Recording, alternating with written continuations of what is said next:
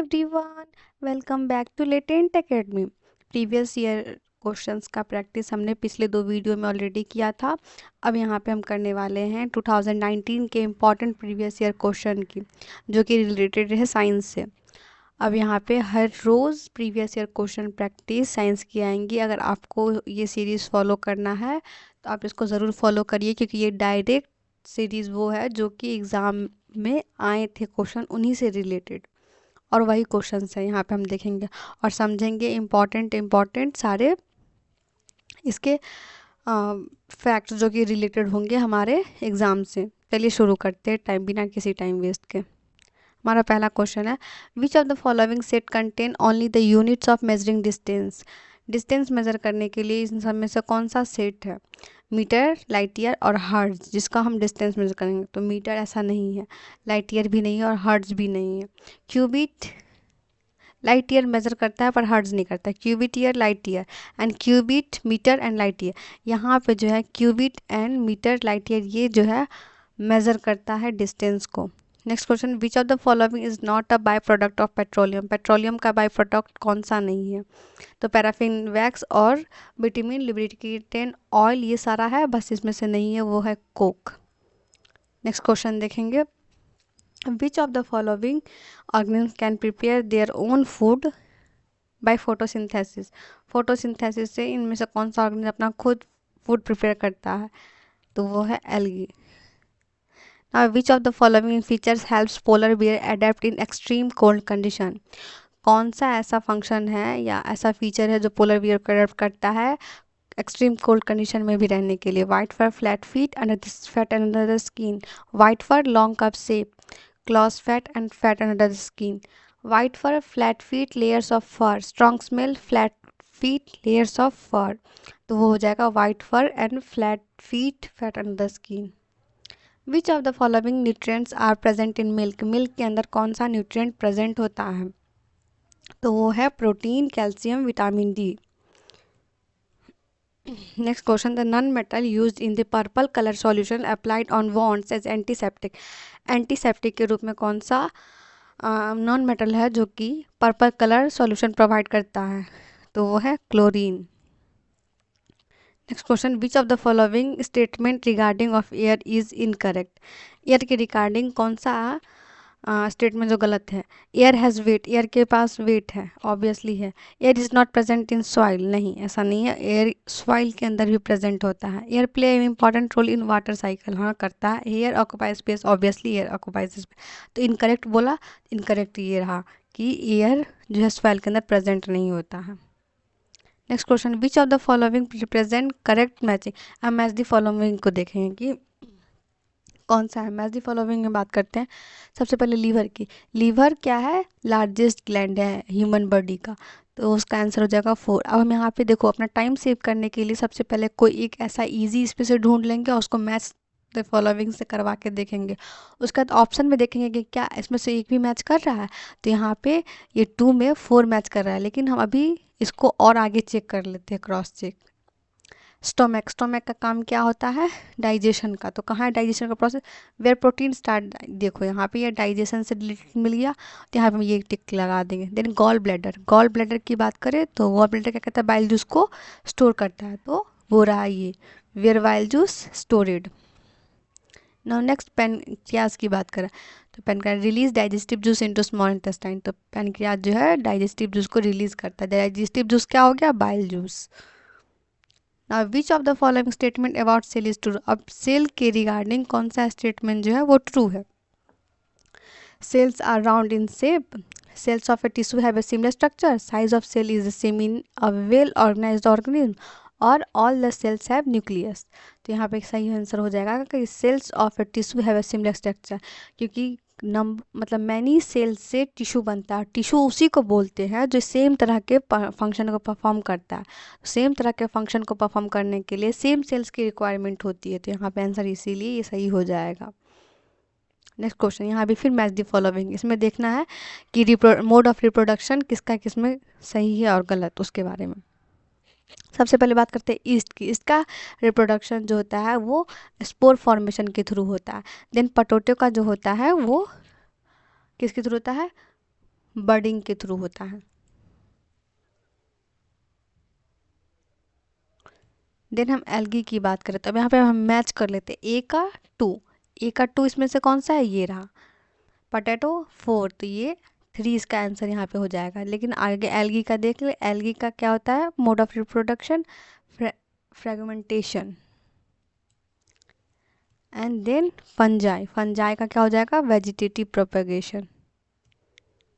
Next question, which of the following pollutants are responsible for depletion of ozone layer. Ozone layer के depletion के लिए इसमें कौन सा रिस्पॉन्सिबल हो जाता है, तो वो हो जाएगा क्लोरोफ्लोरोकार्बन। नेक्स्ट क्वेश्चन देखते हैं, विच of the following set represent communicable disease. इस सब में से कौन सा सेट है जो रिप्रेजेंट कर रहा है कम्युनिकेबल डिजीज को, तो वो हो जाएगा, देखो कम्युनिकेबल डिजीज वो होता है जो किसी एक से किसी दूसरे को हो जाए, मतलब किसी भी तरह से इन्फेक्टेड होने के कारण उसके संपर्क में आने से आपको हो सकता है, उसको कम्युनिकेबल डिजीज़ कहते हैं। और नॉन कम्युनिकेबल उसको जो कि वो किसी भी तरह से इन्फेक्ट नहीं होता, और इन्फेक्ट करने वाले डिजीज़ जो होते हैं वो बैक्टीरिया या फिर किसी तरह के तुमको समझ लो ना, वायरस, इस सब से ही होता है, इस वजह से। यहाँ पे देखते हैं वो तो क्या हो जाएगा, anaemia, scurvy, diarrhoea and cholera. यही लग रहा है कम्युनिकेबल डिजीज, क्योंकि एनीमिया भी होने के चांसेस होते हैं, स्कर्वी, डायरिया और कॉलरा भी होने के चांसेस होते हैं। Now which of the following is not true. इन सब में से कौन सा ट्रू नहीं है, नेचर ऑफ साइंस के according. Science is always a tentative, हाँ साइंस टेंटेटिव है। साइंस प्रमोट्स स्केप्टिज्म, ये भी सही है। Science is a process of constructing knowledge, हाँ science process of constructing knowledge है। लेकिन science is static in nature, science कभी भी स्टैटिक नहीं होता है, तो यहाँ पे आंसर क्या हो जाएगा, स्टैटिक इन नेचर।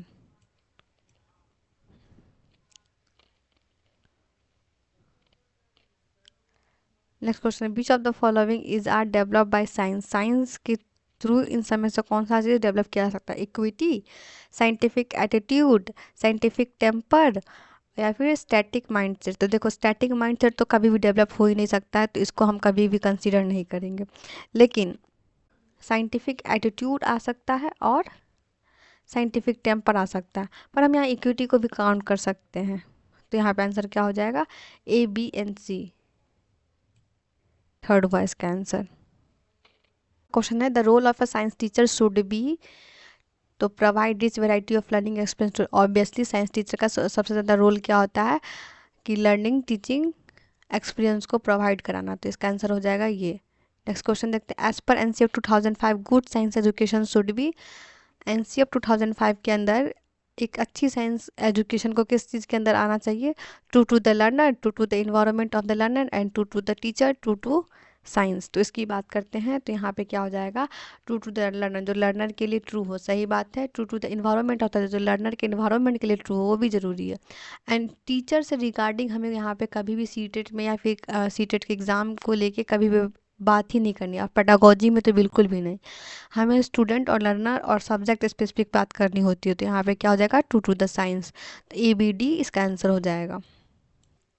और नेक्स्ट क्वेश्चन देखते हैं, conducting a survey on the awareness of people about sources of air pollution in learner localities. Which of the following cognitive process will be most associated with the above learning objective having action verb conducting? तो इन सब में सबसे important कौन सा हो जाएगा, तो इंसान को एक क्रिएटिव इन्वायरमेंट इसका इम्पोर्टेंट हो जाएगा।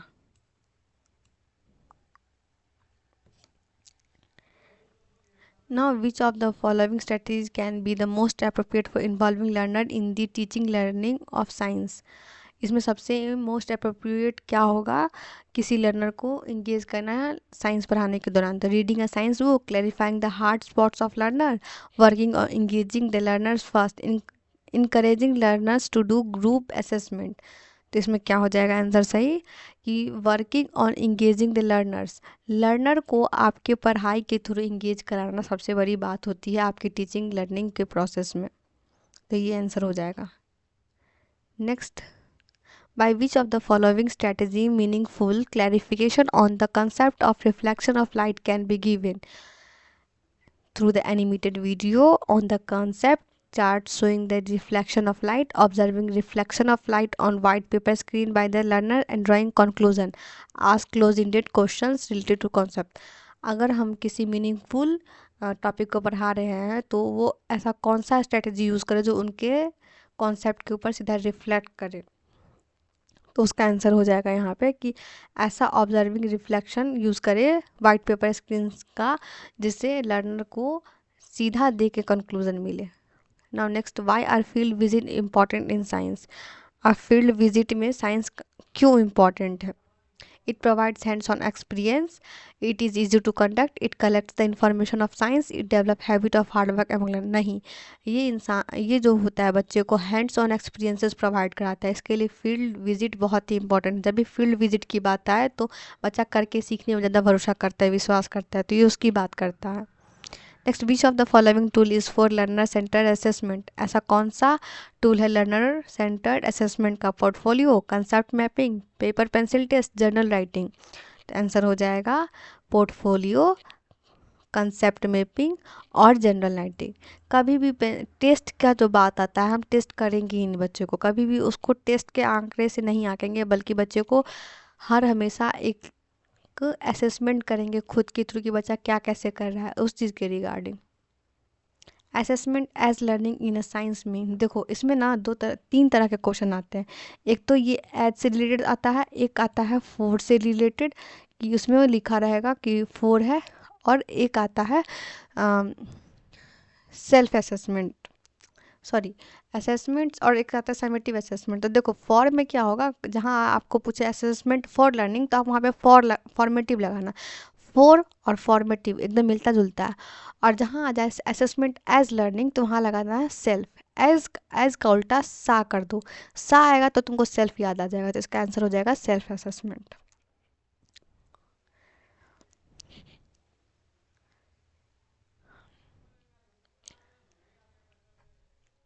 Amrita is trying to set up an electric circuit. She runs short of connecting wire. Which of the following materials can she use to complete the circuit? Amrita जो है वो एक इलेक्ट्रिक सर्किट बनाना चाह रही थी, तो इसमें से ऐसा कौन सा चीज़ वो कनेक्ट करेगी जो सर्किट जो है वो कंप्लीट हो जाएगा? क्या थ्रेड से हो सकता है? नहीं. ग्लास रॉड से नहीं. रबर पाइप से नहीं. वो हो सकता है स्टील वायर के through. Now identify the correct statement. A concave mirror always form an erect image. ये करेक्ट स्टेटमेंट नहीं. कनकेव मिरर कभी भी इरेक्ट इमेज नहीं बनाता. A concave mirror forms an erect as well as inverted. हाँ, वो erect और साथ में उल्टा भी बनाता है. सही है ये. नेक्स्ट क्वेश्चन देखेंगे. सॉरी नेक्स्ट क्वेश्चन कि which of the following acid is found in ant sting. चींटी के काटने के बाद कौन सा एसिड रिएक्शन करता है? तो वो हो जाएगा फॉर्मिक एसिड. नेक्स्ट देखिए ये क्वेश्चन तो हमने डिस्कस ऑलरेडी किया ही है. इसका आंसर हो जाएगा 2. और यहाँ देखो, Aman keeps a plastic bottle, a wooden spoon and a metallic spoon in a closed room overnight. The room temperature is 30 degrees Celsius. In the morning, he records the temperature of the three objects T1, T2, T3. Which of the following most likely represent the relation between them? अमन जो था वो plastic बोतल, एक wooden spoon और एक metallic spoon को use किया और एक रूम टेम्परेचर जो कि है 30 डिग्री सेल्सियस के अंदर रखा. तो अब वो पूरे रात रख करके देखा और सुबह में जब उसको मेज़र किया तो क्या आ सकता है? तो रूम टेम्परेचर पे किसी भी तरह का बदलाव हो ही नहीं सकता है, क्योंकि रूम टेम्परेचर पे कोई हीट ही या फिर कोई कोल्डनेस फील ही नहीं होता है. तो यहाँ पे आंसर क्या हो जाएगा? T1, T2, T3 सारा इक्वल हो जाएगा. Next, an object is moving linearly with a uniform velocity. If time is represented along x-axis, then which of the following statement is correct? इसमें पूछ रहा है कि जब कोई भी ऑब्जेक्ट लिनियरली मूव कर रहा है वो भी यूनिफॉर्म वेलोसिटी से, तो एक्स एक्सिस और वाई एक्सिस कैसा रिप्रेजेंटेड होगा? तो the distance time graph of the motion will be straight line and parallel to x axis. The velocity नहीं, इसका हो जाएगा the velocity time graph of the motion will be a straight line and parallel to x axis. Velocity time graph के ऊपर motion हमेशा straight line show करता है और एक्स एक्सिस के पैरेलल होता है. तो दोस्तों आज का ये रहा सारा क्वेश्चंस. कुछ मैंने वीवीआई भी बोला कि ये इंपॉर्टेंट है, बार बार आता है. और हाँ, ये भी मोशन रिलेटेड चैप्टर्स भी है, वो भी काफ़ी वीवीआई है, तो आप इसके ऊपर भी फोकस करिएगा अपने एग्ज़ाम के लिए. आप इसको भी इम्पोर्टेंट मान सकते हैं। तो दोस्तों इसी तरह अगर आपको डेली प्रैक्टिस करना है कुछ क्वेश्चंस की, तो चैनल पे बने रहें और प्लीज़ लाइक करें, शेयर करें एंड सब्सक्राइब करें वीडियो को, क्योंकि आपकी एक छोटी सी कोशिश हमें बहुत बड़ी मोटिवेशन प्रोवाइड करती है। मिलते हैं नेक्स्ट प्रैक्टिस सेट में, तब तक के लिए keep learning and keep enjoying. Thank you so much.